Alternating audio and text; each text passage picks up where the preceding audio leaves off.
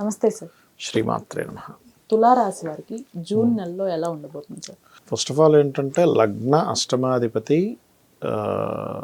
భాగ్యస్థానంలో కంబస్ట్ అయి ఉన్నాడు. సో 9th హౌస్లో ఎప్పుడైతే అధిక ప్లానెట్స్ ఉన్నాయో ఈ రాశి వారికి కెరియర్ మార్పు జరగనుంది అనేటువంటి చాలా స్పష్టంగా చూపిస్తుంది. వీరికి ఆర్థికంగా ఎలా ఉండబోతుంది సార్? ఆర్థికంగా పార్ట్నర్స్ మూలంగా కొంత ధనయోగము అండ్ పార్ట్నర్స్ అంటే జీవిత భాగస్వామి మూలంగా ఏదైనా ఇన్వెస్ట్మెంట్ చేసి దానివల్ల కొంత అంటే లైఫ్ పార్ట్నర్ కావచ్చు, బిజినెస్ పార్ట్నర్ కావచ్చు, దానివల్ల కొంతవరకు కొంత స్ట్రెస్ అనేది చూపిస్తుంది. బట్ గణపతిని కనుక ఎంత తలుచుకుంటూ ఉంటే వాళ్ళకి అంత బాగుంటుంది ఫైనాన్షియల్గా. వీరికి ఎసెట్స్ విషయంలో కానివ్వండి, ఎడ్యుకేషన్ విషయంలో కానివ్వండి ఎలా ఉండబోతుంది సార్? అసెట్స్ అండ్ ఎడ్యుకేషన్స్ విషయంలో మాత్రం బయట దేశాలకు వెళ్ళి చదువుకోవాలనుకునేటువంటి వారికి యోగం బాగుంది. బయట దేశాలకు వెళ్ళి అక్కడ ఏదైనా రియల్ ఎస్టేట్ లాంటివి చేసే వాళ్ళకి కూడా ధనయోగం బాగుంది చెప్పాలంటే, ఎందుకంటే గురువు దృష్టి ఉంది కాబట్టి. చదవడానికి విదేశీ విద్యాయోగము అండ్ విదేశాల్లో ఏదైనా ప్రాపర్టీస్ కొనుగోలు చేయడానికి మాత్రం అనుకూలంగా ఉంది ఇప్పుడు వీరికి.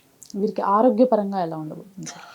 కొన్ని ఎలా ఉంటాయంటే అమ్మ వీరికి 6th హౌస్ రాహు ఆరోగ్యాన్ని ఇబ్బంది అయితే కూడా, కానీ కొన్ని ఏదో ఉందేమో నాకు అపోహ, వెళ్ళి టెస్ట్ చేయించుకుంటే డయాగ్నోజ్ అవ్వకపోవడము ఇటువంటివి ఇస్తూ ఉంటుంది.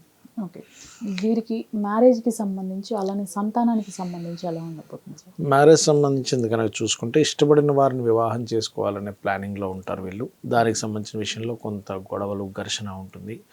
సంతానం విషయం అయితే సంతానం సంబంధించినవి పాజిటివ్గానే జరుగుతాయి, అంటే సంతానం కోసం చేసే ప్రయత్నం ఫలిస్తుంది, అందులో ఎటువంటి సందేహం లేదు. కాకపోతే స్లో ప్రాసెస్ అవుతుంది బికాజ్ ఆఫ్ పంచమ స్థానంలో శని భగవానుడు ఉన్నందుకు కొంచెం కాలభైరవ అష్టకం చదువుకుంటే బాగుంటుంది వీరికి. జాబ్ పరంగా, బిజినెస్ పరంగా ఎలా ఉండబోతుంది సార్?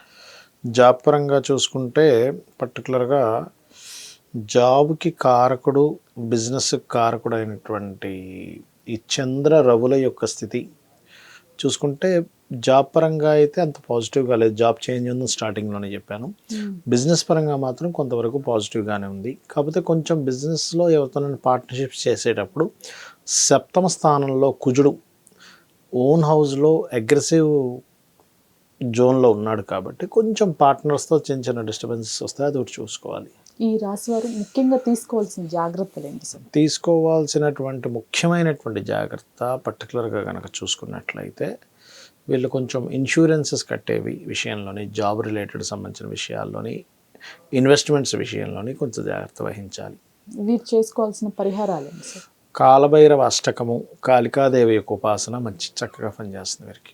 సార్, ఏ రాశి లేని వారు ఎటువంటి పరిహారాలు తీసుకోవాలంటే? అంటే వాళ్ళకి డేట్ ఆఫ్ బర్త్ టైము ఏం తెలియని వాళ్ళు ఒకటేనమ్మా. మెయిన్గా అందరికీ ఎక్కువ ఇబ్బంది ఇచ్చేది కెరియర్ ఒకటి, ఫైనాన్స్ ఒకటి మెయిన్గా ఎక్కువ ఇబ్బంది ఇస్తుంది, లేదా హెల్త్. నేను ఈ మూడిటి గురించి ప్రత్యేకంగా చెప్తాను. ఎవరైనా సరే జాబ్ రావట్లేదు, బెల్లం ఉంటుంది కదా, ఒక పిడికెడు బెల్లం తీసుకుని దగ్గరలో గోశాల ఉన్నట్లయితే గోశాలకు వెళ్ళి గోవుకి తినిపించి వాళ్ళని చేత్తో తినిపించాలి. దేశీ వాళ్ళు గోవుకు తినిపించి అక్కడే గోశాలలో కానీ లేకపోతే ఇంటికి వచ్చి కానీ ఓం మాణిక్య మకుటాకార జానుద్వయ విరాజితాయ నమః చేసుకోమనండి. లేదు మాది బిజినెస్ అండి, జాబ్ కాదు అని అనుకునేటువంటి వారు గోంగూర తినిపించాలి. గోవుకి గోంగూర తినిపించి ఓం ఇంద్రగోప పరిక్షిప్త స్మరతూనా భజంగికాయ నమః చేసుకుంటే సరిపోతుంది. ఓకే. అయితే మరి కొంతమందికి హెల్త్ ఇబ్బంది ఉంటుంది, అలాంటి వారు కూడా బెల్లం తినిపిస్తే కూడా హెల్త్ ఇష్యూస్ కూడా తగ్గుతాయి గోవుకి. దీంతోపాటు ఆయిల్ ఉంటుంది, ఆయిల్ నూనె, నువ్వుల నూనె తీసుకొని దగ్గరలో శివాలయంలో దీపారాధన కోసం ఇవ్వడం కానీ, లేదా అదే నూనె మీరు రెగ్యులర్గా వెళ్ళి అక్కడ శివాలయంలో దీపారాధన కనుక చేస్తున్నట్లయితే కూడా హెల్త్ ఇష్యూస్ తగ్గుతాయి. అదేవిధంగా మరీ ఎక్కువగా హెల్త్ ఇష్యూస్ ఉన్నాయి, వైద్యనాథ్ అంటారు దాన్ని, శివుడిది, అక్కడికి వెళ్తే కూడా హెల్త్ ఇష్యూస్ తగ్గుతాయి. వైద్యనాథ్ అంటే. సో అలాగే దానికి పర్టికులర్గా నామము కనుక చూసుకున్నట్లయితే ఓం సర్వవ్యాధి ప్రశమని సర్వమృత్యు నివారిణి అగ్రగణ్య అచింత్య రూప కలికలమశ నాశిని. సో ఫస్ట్ కెరియరు, రెండవదేమో ఈ హెల్త్ రిలేటెడ్. మెయిన్గా ఇంకా కావాల్సింది ఏంటంటే ఫైనాన్స్, అప్పులు ఉండకుండా ఉండాలి. ఎందుకంటే జాతకం లేదు అనుకుంటే ఇవి చేసుకుంటే చాలు. ఫైనాన్స్కి అయితే ఓం సంపత్కరీ సమారూఢ సింధుర వ్రజ సేవితాయ నమః అని చెప్పి చేస్తూ, శుక్రవారం పూట చపాతీలు ఉంటాయి కదా మనకి, నూనెలో కాల్చినటువంటి చపాతీలని, నూనె వేయకుండా కాల్చిన చపాతీలు తీసుకొని తేనె పూసి శుక్రవారం పూట తినిపించాలి. తినిపిస్తే కనుక ఖచ్చితంగా వీళ్ళకి ఈ ఫైనాన్షియల్ గ్రోత్ పెరుగుతుంది.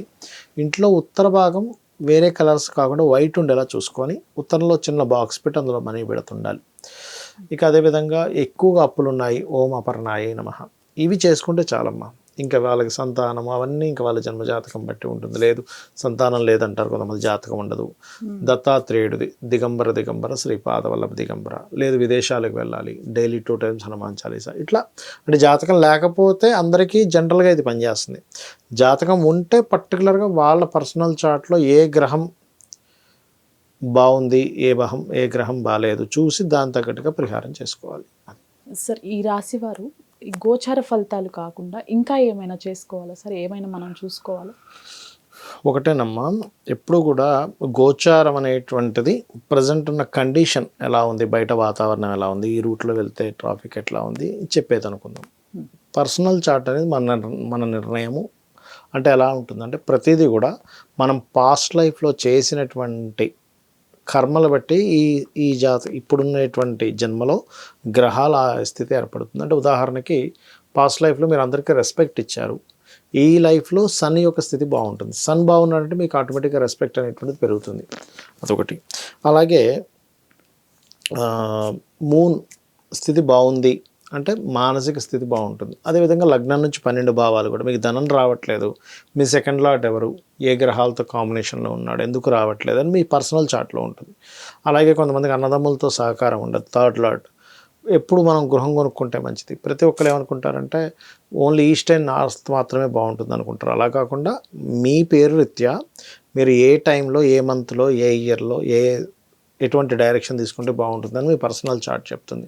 అదేవిధంగా సంతానం కావచ్చు, వివాహ సమయం కావచ్చు. చాలామందికి ఏంటంటే నార్మల్గా ఒక ఏజ్ వచ్చిందని వివాహం చేసుకుంటారు. అలా కాకుండా ఈ పర్టికులర్ ప్లానెట్ సప్తమ స్థానాధిపతి ఎప్పుడు శుభంగా ఉన్నాడు ఆ టైంలో వివాహం చేసుకుంటే వాళ్ళకి మ్యారిటల్ లైఫ్ సంబంధించిన విషయంలో బాగుంటుంది.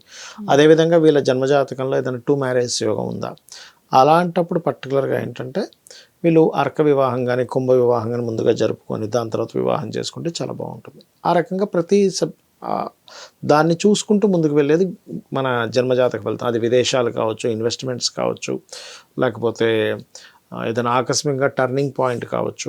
ఒక్కోసారి మన కెరియర్లో సడన్ బ్రేక్ వస్తుంది, అది ఆగడం కావచ్చు, హైకి వెళ్ళడం కావచ్చు. ఎప్పుడుంది ఇవన్నీ మన జన్మజాతకంలో ఉంటాయి. కాకపోతే ఈ గోచార ఫలితాలు ఎందుకు చెప్పుకుంటామంటే ఇప్పుడు మీరు ఒక దగ్గరికి వెళ్ళాలి, వెళ్ళేటప్పుడు మీరు వెళ్ళే సమయం బట్టి మీ డిస్టెన్స్ని బట్టి సమయం చేరుకోగలుగుతారు. అదే మీరు 9 o'clock అప్పుడు వెళ్తే అర్ధగంటలో వెళ్ళాల్సింది గంటన్నర పట్టవచ్చు. అదే ఎర్లీ మార్నింగ్ 6 o'clock వెళ్తే ట్రాఫిక్ ఉండదు కాబట్టి హాఫ్ అన్ అవర్లో వెళ్ళిపోతారు. అది సమయం ఎలా అయితే డిసైడ్ చేస్తుందో మన జర్నీని, ఈ గోచారం కూడా మనం చేసే ప్రయత్నానికి సపోర్ట్ చేస్తుందా లేదా అనేటువంటిది తెలుస్తుంది. అట్లా అనమాట. ధన్యవాదాలు. శ్రీమాత్రే నమః.